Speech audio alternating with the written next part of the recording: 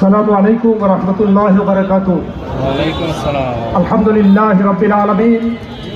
আসসালাতু ওয়াসসালামু আলা সাইয়্যিদিনা মুহাম্মাদিন ওয়া আলা আলিহি ওয়া আসহাবিহি আজমাইন।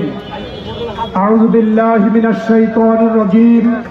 বিসমিল্লাহির রহমানির রহিম। ইয়া আইয়ুহাল্লাযীনা আমানু কু আনফুসাকুম ওয়া আহলিকুম নারা।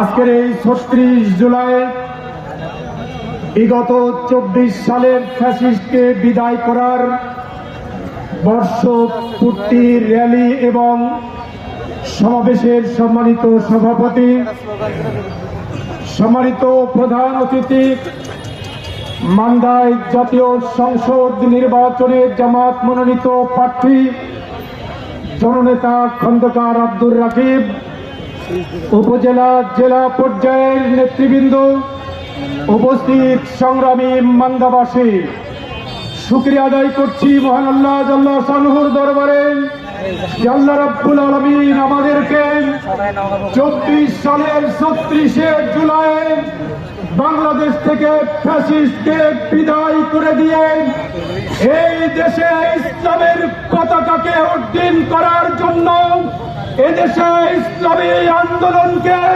প্রকাশ্যে আন্দোলন সংগ্রাম করার সুযোগ করে দিয়েছেন। সেজন্য আল্লাহর দরবারে শুকরিয়া আদায় করছি, বলেন আলহামদুলিল্লাহ। দরুদ ও সালাম বর্ষিত হোক মানবতার মুক্তির দূত মুহাম্মদুর রাসূলুল্লাহ সাল্লাল্লাহু আলাইহি ওয়াসাল্লামের প্রতি।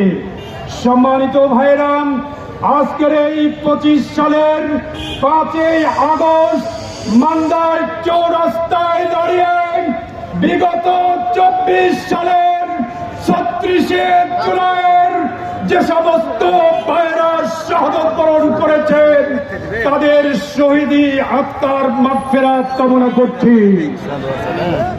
আর যারা আহত হয়েছেন, পঙ্গুত্ব বরণ করেছেন, আমরা তাদের সাথে সমবেদনা জ্ঞাপন করছি।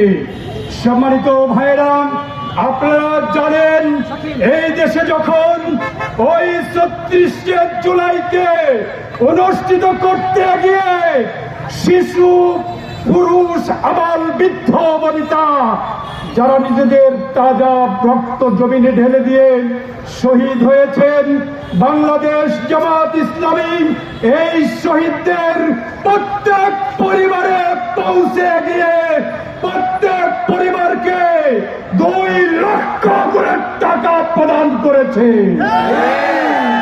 শুধু তাই নয়, এই পরিবারগুলোর সাথে জামাত ইসলামীর নেতৃবৃন্দ ঈদ সহ বিভিন্ন অনুষ্ঠানে সেই পরিবারের বিভিন্ন উপহার সামগ্রী নিয়ে আজও উপস্থিত হয়ে চলেছে, বলেন আলহামদুলিল্লাহ।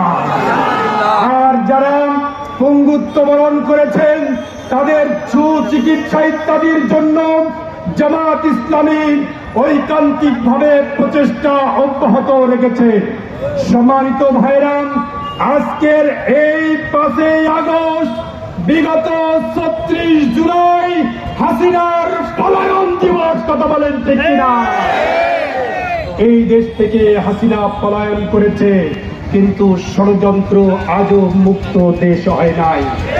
সেই ষড়যন্ত্র থেকে বাঁচার জন্য জামাত ইসলামীর প্রত্যেক নেতা, কর্মী, সমর্থক, সুধী সকলকে চোখ, কান, নাক খোলা রাখতে হবে, সতর্ক থাকতে হবে।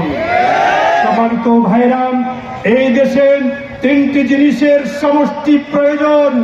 আমির জামাত বলেছেন, প্রথমে এদেশে সংস্কার হতে হবে। দ্বিতীয়ত, ফ্যাসিস্ট সরকার এদেশের জনগণকে হত্যা করেছেন। জামাত ইসলামীর শীর্ষ নেতৃবৃন্দকে জুডিশিয়াল কিলিং এর মাধ্যমে হত্যা করেছে, এদেশের আপামর জনতাকে হত্যা করেছে। এই হত্যার বিচার সুস্পষ্ট হতে হবে, কথা বলেন ঠিক কিনা? এরপরে লেভেল প্লেইং ফিল্ড তৈরি করে এদেশের নির্বাচন দিতে হবে। সেই নির্বাচনে আমরা এই দেশের জনগণকে নিয়ে জামাত ইসলামী নির্বাচনে অংশগ্রহণ করতে চাই। সম্মানিত ভাইরা আমার, দুঃখের সাথে আমরা লক্ষ্য করছি সেই বিচার, সেই সংস্কার বাদ দিয়ে আমাদের এই দেশের বন্ধুরা শুধু নির্বাচন জিকির করে। শুধু নির্বাচন জিকির করে লাভ হবে না। বিগত ফ্যাসিস্ট সরকার উন্নয়ন করে জিকির করেছিল, সেই উন্নয়নের জিকির তাদেরকে রক্ষা করতে পারে নাই। সম্মানিত ভাইরা, আমি আপনাদের কাছে উদাত্ত আহ্বান জানাতে চাই। কোরআনে কারীমের একটি আয়াতে কারিমা তেলাওয়াত করেছি। আল্লাহ রাব্বুল আলামিন বলেন, ইয়া আইয়ুহাল্লাযীনা আমানু কু আনফুসাকুম ওয়া আহলিকুম নারা। আল্লাহ রাব্বুল আলামিন বলেছেন, হে বিশ্বাস স্থাপনকারী মানুষেরা, তোমরা নিজেরা জাহান্নামের আগুন থেকে বাঁচো, তোমাদের আহাল পরিবার পরিজনকে জাহান্নামের আগুন থেকে বাঁচাও। আগামী দিনে আমরা সকলে আমাদের পরিবার, ছেলেমেয়ে, স্ত্রী, প্রতিবেশী, গ্রামবাসী, ইউনিয়নবাসী, এই উপজেলাবাসী সহ সারা দেশের মানুষের কাছে ইসলামের দাওয়াত নিয়ে আমরা পৌঁছে যাবো ইনশাআল্লাহ। কি ভাইরা পারবেন না আপনারা? এই দাওয়াত পৌঁছে দেওয়ার মাধ্যমে জনগণের কে নিয়ে আগামী নির্বাচনে জামাত ইসলামী এই দেশে নির্বাচিত হয়ে